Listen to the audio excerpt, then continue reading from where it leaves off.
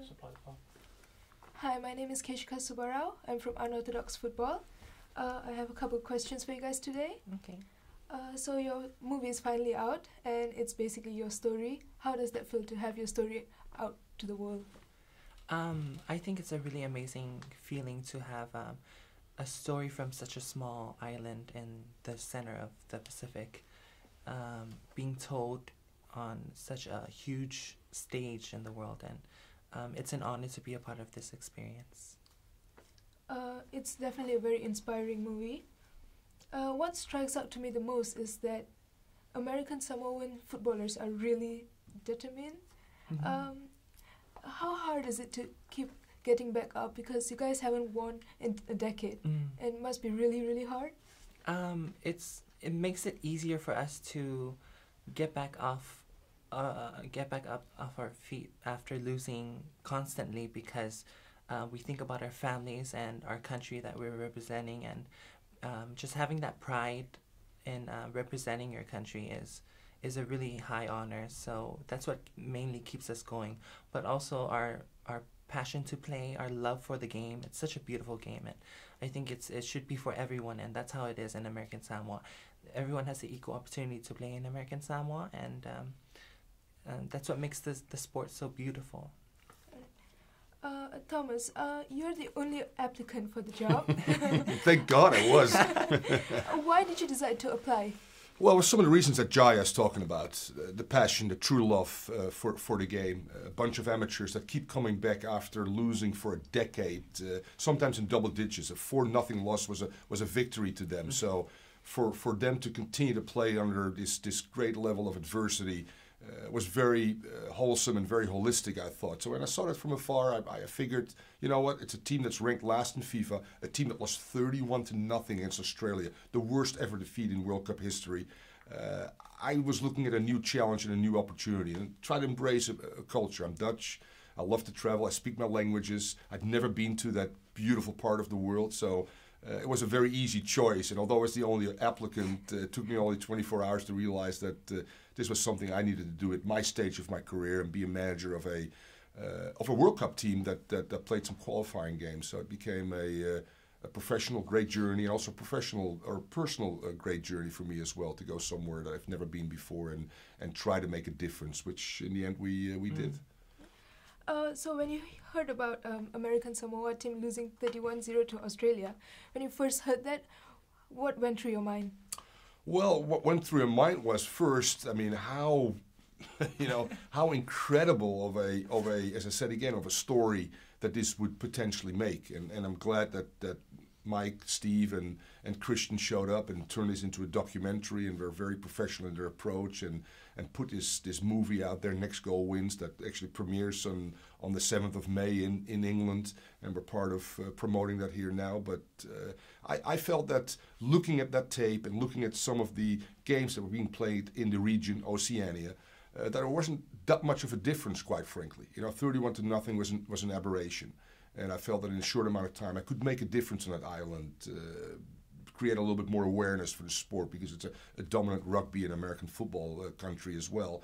And looking at the athletes and the players that play there, that I think through good coaching, making a little bit of a difference, bringing a little bit of a Dutch culture maybe to that island as well from a footballing standpoint, could really tip the scale in their favor, which happened over time.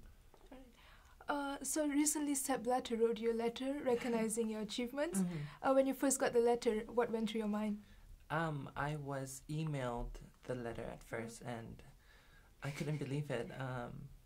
When I actually got the hard copy in the mail, that's when it felt like something very special. I teared up a little, and just to be recognized by the president of FIFA, it's such a high honor.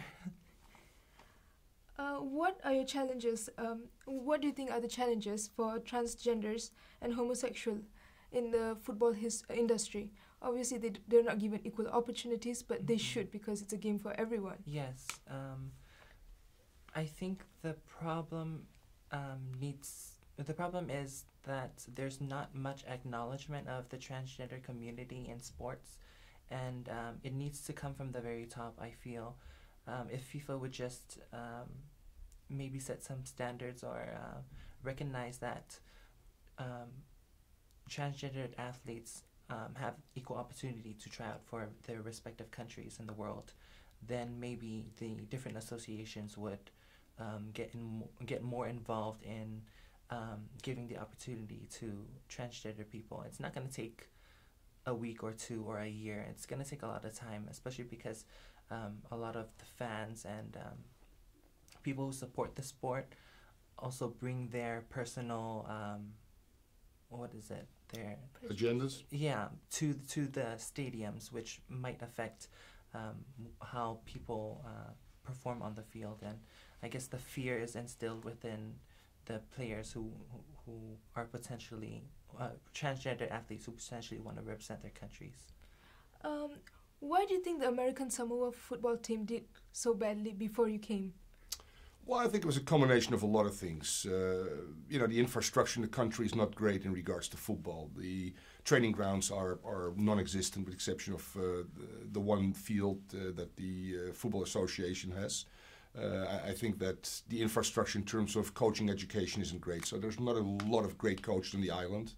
They've brought in some, they call them white coaches from abroad, which in American Samoa is called Palangi. And I was one of the few, or maybe the only Palangi that embraced the culture and reached out to the players and cared about them, not just as footballers, but also as human beings. So I think that really made a difference in those players wanting to perform for the country first and foremost, wanting to perform for a new coach and reaching a certain heights. They're very athletic, as you can tell. They're very intelligent, so there's a very steep and quick learning process.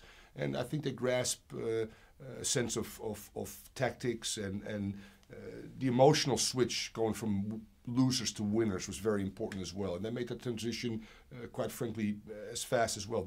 They looked at me before the Tonga game, and I firmly believe that they felt they could win, you know, which is a remarkable turnaround in 3 weeks after this team, after a decade, had not won a game. So I thought there was a lot of intangibles, fundamentals already in place, and I just needed to you know, polish that rough diamond, so to speak, and allow them to express themselves, which they did. And we finally got that first win, that first goal against Tonga, which was pretty rewarding and very satisfying. What's next for you guys? Well, I hope to go back for the 2018 journey to Russia. Jaiyah is delaying her transition and wants to play again, you know, for the next 2 or 3 years, which is quite a statement in itself that she cares. And the little success we had, I think, makes the players realize too that we maybe can do something very special and get to that final phase of qualifying in Oceania and play the Papua New Guineas, the better teams in that region, and have a chance to go maybe to Russia in 2018 to the World Cup. All right, thank you so much for spending time with us. Thank you. Thanks for having us.